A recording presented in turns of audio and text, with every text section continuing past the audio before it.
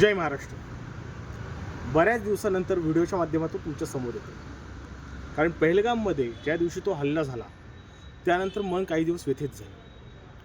म्हणजे ज्यावेळेस नोटबंदी झाली आणि 370 कलम हटवलं गेलं त्यावेळी सरकारकडनं असा दावा करण्यात आला की आता या देशातील आणि विशेषतः काश्मीरमधील दहशतवादाला आळा बसेल. कारण आता दहशतवादाची मूळ रसदच आपण तोडून टाकू आणि काही काळ काश्मीर शांत देखील दिसलं.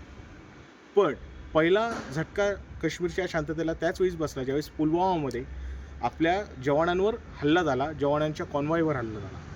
पण आपण तिथंही म्हणू की तो एक म्हणजे एका सशस्त्र दलावरच हल्ला होता, त्याच्यात सिव्हिलियन कोणच नव्हतं. त्याच्यामुळं ते प्रकरण वेगळ्या बाजूने गेलं. पण आता पहलगाममध्ये निशस्त्र सर्वसामान्य नागरिक जे तिथं फिरायला गेले होते त्या नागरिकांवर हल्ला झाला. त्या नागरिकांच्या डोळ्यात देखत त्यांच्या परिवारातील सदस्य मारले गेले. हे इतक्या क्रूर पद्धतीने झालं की मन पूर्णपणे हेलावून गेलं आणि देश खरंच सुरक्षित हातामध्ये आहे का हा प्रश्न पडला. आज हल्ला होऊन आठवड्यापेक्षा जास्त दिवस झाले तरी पण हल्लेखोर अजूनही सापडले नाही आहे. ही खरी शोकांतिका आहे.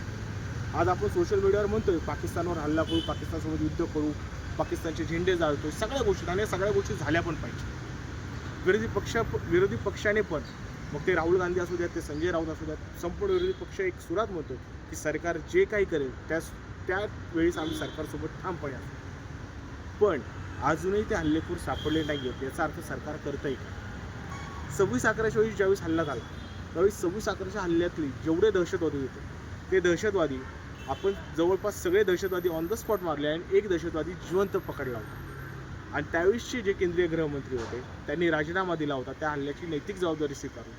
त्यावेळेसचे महाराष्ट्राचे मुख्यमंत्री, उपमुख्यमंत्री, गृहमंत्री यांनी देखील त्या गोष्टीवरून नैतिक जबाबदारी स्वीकारून राजीनामा दिला होता. या ठिकाणी आम्ही राजीनाम्याची अपेक्षा करतच नाही आहे. पण आम्ही म्हणतोय की ज्यांच्यामुळे हे झालं किंवा त्यांना तरी पकडा आणि त्यांना त्यांच्या कृत्याची योग्य शिक्षा द्या.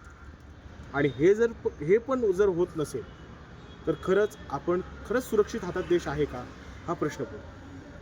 होते उलटच. या हल्ल्यावरून जे कोणी प्रश्न विचारत आहेत त्यांनाच टार्गेट केलं जातं. पण त्यातही विरोधी पक्ष म्हणून विरोधी पक्षाने जाहीररित्या सांगितलं की आम्ही सरकारचे ज्या काही चुका आहेत किंवा सरकारचे जे काही ड्रॉबॅक्स झाले त्या सगळ्या ह्याच्यात जे सुरक्षा यंत्रणेमधले ड्रॉबॅक्स झाले त्याच्यावर आम्ही बोलतच नाही आहे. त्या गोष्टी पूर्णपणे सध्या बाजूला ठेवूया. पण ज्यांनी हे केलं आहे त्यांना पकडून त्यांना यमसदनीत धाडलंच पाहिजे. अजूनही जर ते काश्मीरच्या खोऱ्यामध्ये मोकाट फिरत असतील तर हे आपल्या सुरक्षा यंत्रणेचं अपयश आहे एवढंच या ठिकाणी वाटतं. आणि सरकारकडून हीच अपेक्षा आहे की त्या हल्ल्यामध्ये जे 28 जण मारले गेले त्यांना शहीदचा दर्जा द्यावा. जी मागणी राहुल गांधी यांनी देखील केली आहे ते सरकारने लवकरात लवकर करून त्या हल्ल्यात जे बळी गेले त्यांना योग्य तो न्याय द्यावा आणि हल्लेखोरांना लवकरात लवकर पकडावं.